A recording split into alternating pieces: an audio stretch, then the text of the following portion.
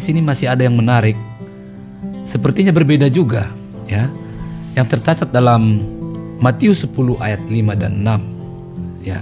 Dibandingkan kembali dengan Matius 28 ayat 19. Manakah yang benar? Ini masih sama konteksnya nih, Bang. Dia diutus hanya untuk Bani Israel.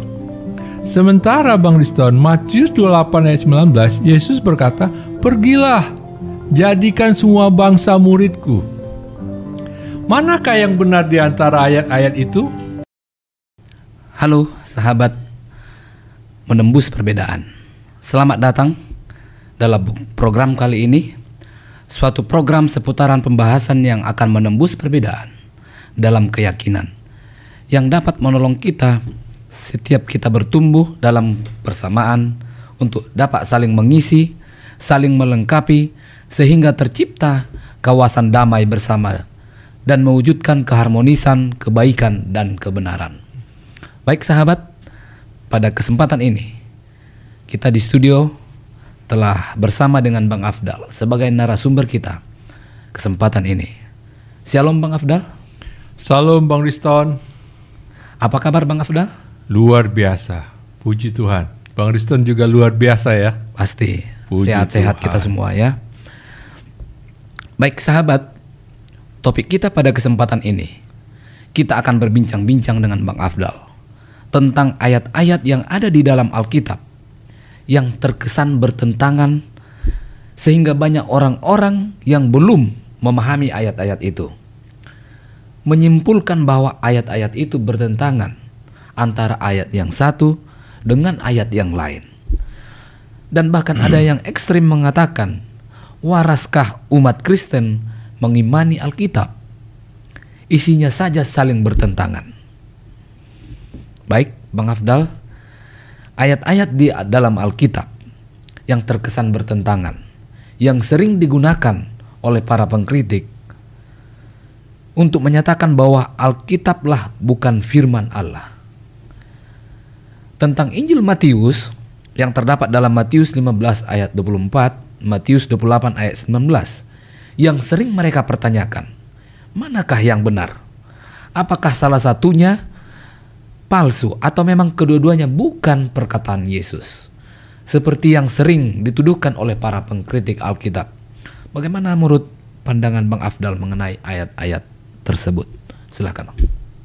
Baik, sekarang mari kita lihat ayat-ayat itu, Bang Riston. Iya. Kita lihat dulu ayat yang terdapat di dalam Matius 15 ayat 24. Kemudian ayat Matius 28 ayat 19.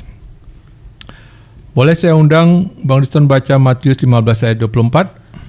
Baik, ayat 24 dalam Matius 15 dikatakan di sini, jawab Yesus, "Aku diutus hanya kepada domba-domba yang hilang dari umat Israel."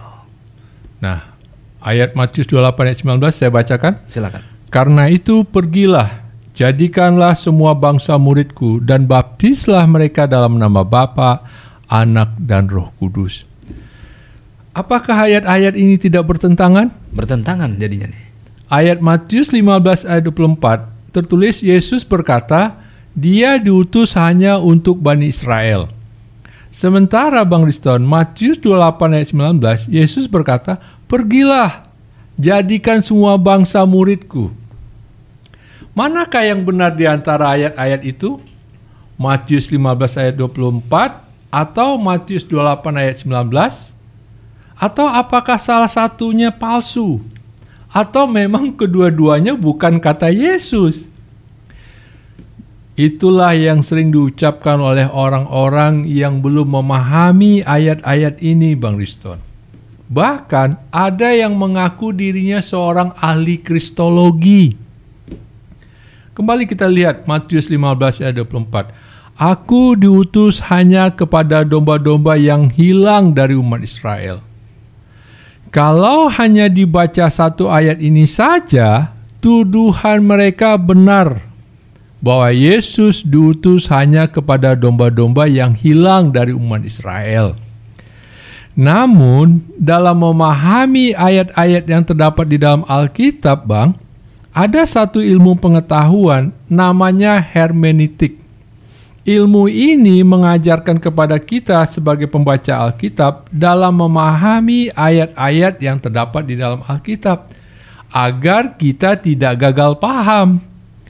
Jika kita membaca ayat Alkitab, sebelum kita mengambil kesimpulan dari ayat itu, kita dianjurkan membaca ayat sebelumnya, Bang, dan ayat sesudahnya. Bahkan jika diperlukan, kita membaca mulai dari ayat yang menjadi ayat pertama dari perikop itu. Kenapa? Karena ayat-ayat Alkitab itu, Bang Riston, isinya dalam sebuah cerita yang terurut dan tersusun rapi, mulai dari awal perikop sampai akhir dari perikop itu. Nah, kembali kepada pembahasan kita. Kalau ayat di dalam Matius ini dibaca mulai dari perikop, dari awal perikop, yaitu dari ayat 21 dengan judul perikop perempuan Kanaan yang percaya, Bang, sampai ayat 28 yang menjadi ayat terakhir dari perikop itu, maka kita akan dapat memahami ayat 24 yang berbunyi, "Aku diutus hanya kepada domba-domba yang hilang dari umat Israel." Sekarang mari kita lihat dan kita baca ayat yang terdapat di dalam Matius pasal 15 ini mulai dari ayat 21 sampai 28 dengan judul perikop perempuan Kanaan yang percaya. Boleh Abang Riston baca mulai dari ayat 21? Lalu Yesus pergi dari situ dan menyingkir ke daerah Tirus dan Sidon.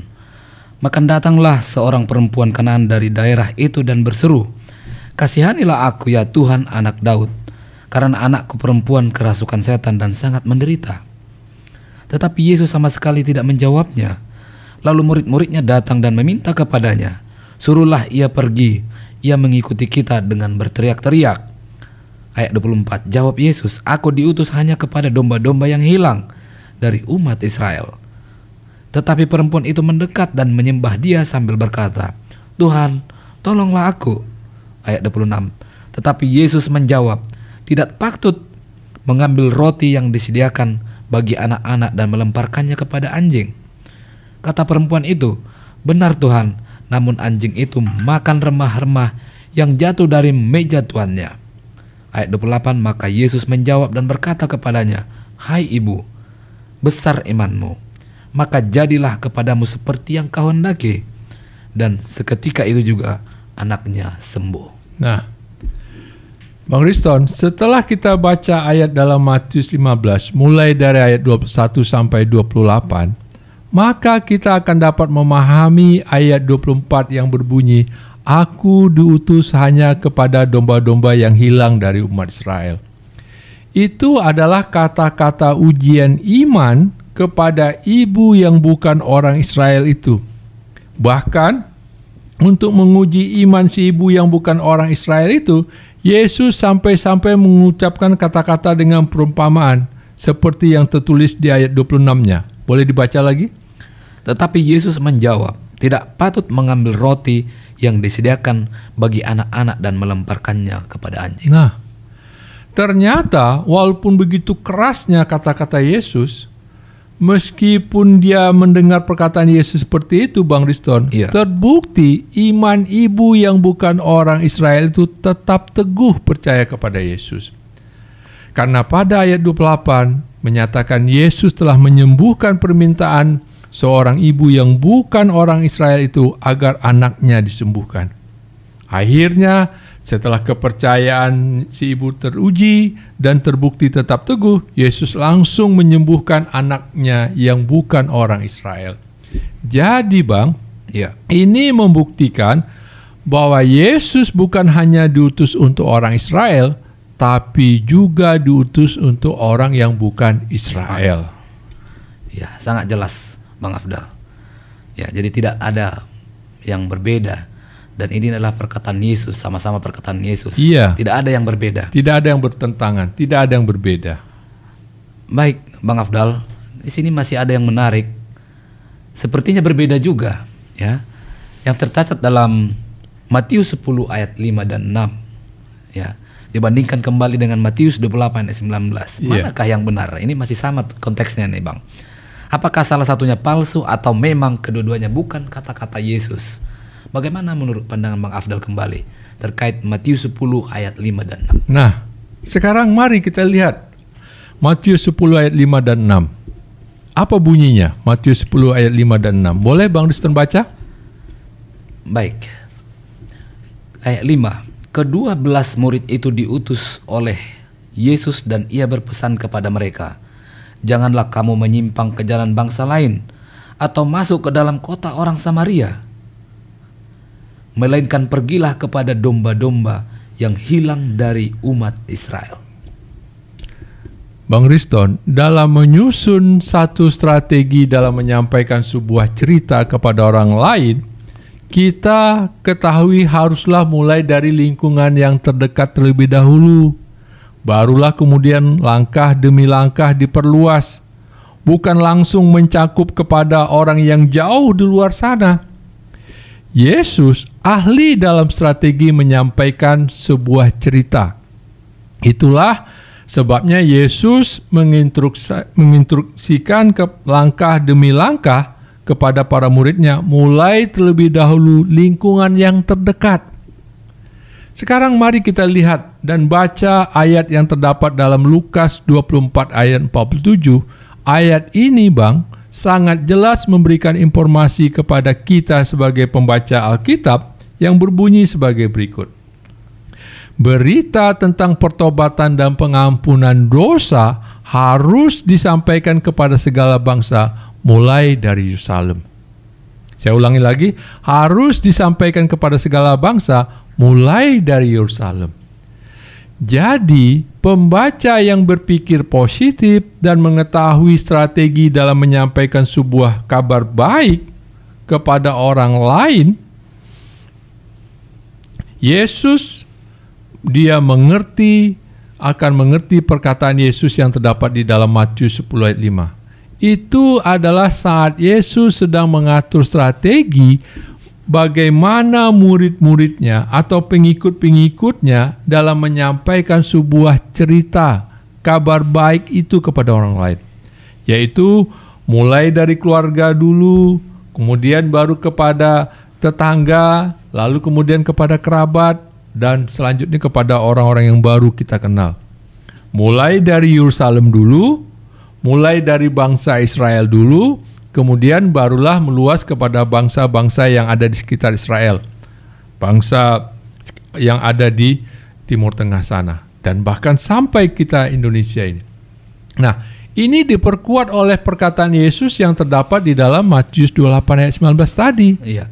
Karena itu pergilah, jadikan semua bangsa muridku, dan baptislah mereka dalam nama Bapa, Anak, dan Roh Kudus. Luar biasa. Jadi dalam perikop ini Yesus bukan saja hanya memfirmankan, tapi dia juga mengajarkan langkah-langkah yang harus kita lakukan. Iya. Jadi tidak ada pertentangan, dan ini sangat luar biasa. Tadi sudah ada pengujian iman, ini distrategikan, jadi kita tahu apa yang harus kita lakukan. Betul sekali. Jadi kesimpulannya gimana Bang Afdal? Nah, jadi dari topik yang kita bicarakan ini sangat menarik Bang Riston. Iya. Apa kesimpulan yang bisa dapat kita ambil dari perbincangan kita ini? Yaitu ayat-ayat yang terdapat di dalam Matius 15 ayat 24, lalu Matius 10 ayat 5 dan 6, dan Matius 28 ayat 19, itu tidak bertentangan antara satu ayat dengan ayat yang lain. Iya. Matius 15 ayat 24 dan Matius 10 ayat 5 dan 6 tidak bertentangan dengan Matius 28 ayat 19. Tidak bertentangan. Itu poinnya. Baik, puji Tuhan. Kira-kira demikian topik kita pada kesempatan ini tentang Injil Matius. Tidak ada perbedaan. Dan kami pun akhir kata mengucapkan dari studio, ucapan salam persahabatan, salam damai, salam toleransi.